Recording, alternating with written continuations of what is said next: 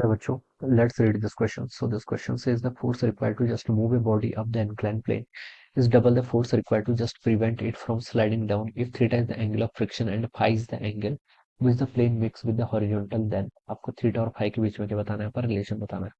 तो देखिए इस क्वेश्चन का की कॉन्सेप्ट आप क्या लिख सकते हैं. The key concept of this question is friction. लिख लीजिए, क्या लिख लीजिए, फ्रिक्शन. फ्रिक्शन को हमें यहाँ पर क्या करना है, कंसिडर करना है. ठीक है, तो चलिए देखिए क्या बोला गया. ये मान लीजिए आपका कोई बॉडी है. ठीक है, ये आपका कोई इंक्लाइंड प्लेन है. It is the theta is the angle of friction and phi is the angle. ठीक है, फाई क्या है, एंगल जो प्लेन के साथ बना रहा है. एक ऑब्जेक्ट है मान लीजिए कोई, जिसका मास कितना है, एम के इक्वल. इसका मास एम है तो हम बता सकते हैं एम जी फोर्स क्या लगेगा, इसमें से डाउनवर्ड डायरेक्शन लगेगा. एक आपका क्या लगेगा यहाँ से, normal. Normal will act like this. Alright, ये एंगल फाई है तो बता सकता हूँ कि ये एंगल भी कितना होगा आपका, फाई के इक्वल होगा. तो ये हो जाएगा आपका कितना, एम जी का कॉस फाई. और यहाँ पर जो फोर्स का कंपोनेंट आएगा एम जी का, ये कितना आएगा आपका, एम जी का साइन फाई. ठीक है, ये आ जाएगा इतना. एम जी कॉस फाई ये है, ये एम जी साइन फाई है. ठीक है, तो अब देखिए यहाँ पर लिखा है कि क्वेश्चन में the force required to just move a body up the incline plane is double the force required to just prevent it from sliding down. ठीक है, इसको required to just prevent the body from sliding down. The force required to just move a body up the incline. Okay, देखिए body को अगर हमें ऊपर की तरफ लेके जाना है, ठीक है, ऊपर की तरफ लेके जाएंगे तो देखिए एक तो एम जी साइन फाई, ये तो डाउनवर्ड डायरेक्शन में मूव कर रहा है, लग रहा है. ठीक है, अगर बॉडी की वेलोसिटी ऊपर की तरफ है तो उसमें एक फ्रिक्शन लगेगा. फ्रिक्शन में किस लगेगा, नीचे की तरफ लगेगा.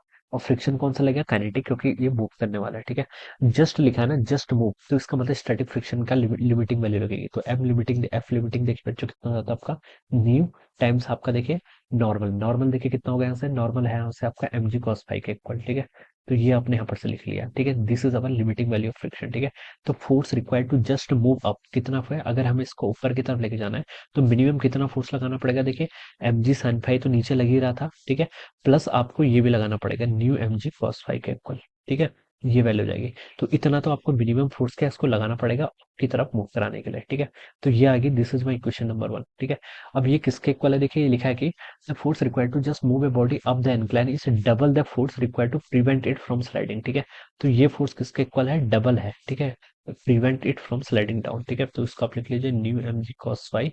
ऑलराइट, ये हो जाएगा double the force to prevent down. ठीक है, प्रिवेंट करना है इसको. ठीक है, तो बच्चों देखिए प्रिवेंट करने का मतलब ये हुआ कि अगर ये बॉडी देखिए नीचे की तरफ आएगी. ठीक है, प्रिवेंट करने का मतलब क्या हुआ, देखिए prevent it from sliding down. जब बॉडी देखिए नीचे की तरफ आएगी, अगर मैं इसकी देखिए दूसरी केस के लिए अगर मैं इसकी एमपीटी बनाऊं तो यहाँ पर देखिए एमजी का फोर्स तो ऐसे लगेगा ही. ठीक है, एमजी का साइन फाई ये तो ऑलवेज नीचे की तरफ लगेगा. क्या लगेगा, एमजी का साइन फाई, ये तो आपका नीचे की तरफ लगेगा.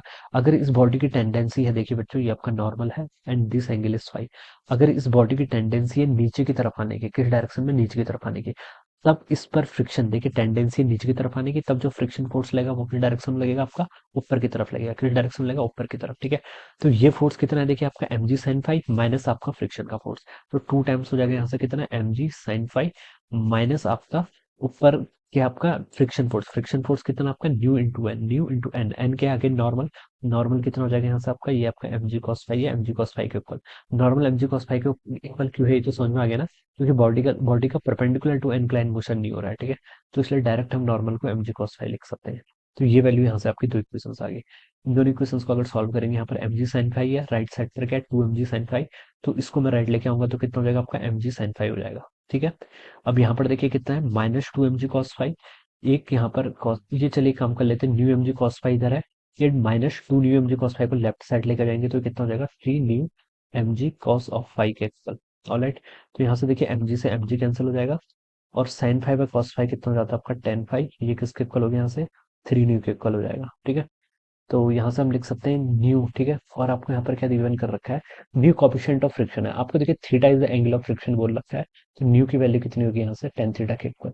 तो इसको आप यहाँ पर देखिए हम क्या लिख सकते हैं, तो ये न्यू को क्या लिख सकते हैं यहाँ से, टेन थीटा. ये किसके इक्वल हो जाएगा, यहाँ से आपका टेन फाइव के इक्वल हो जाएगा. तो ये इसका राइट आंसर होना चाहिए. ठीक है, three tan theta tan five के इक्वल होगा. ये देखिए ये आपको सेकंड ऑप्शन में गिवन है, तो option two will be the right answer of this question. So I hope you understood this concept. All the best and thank you so much.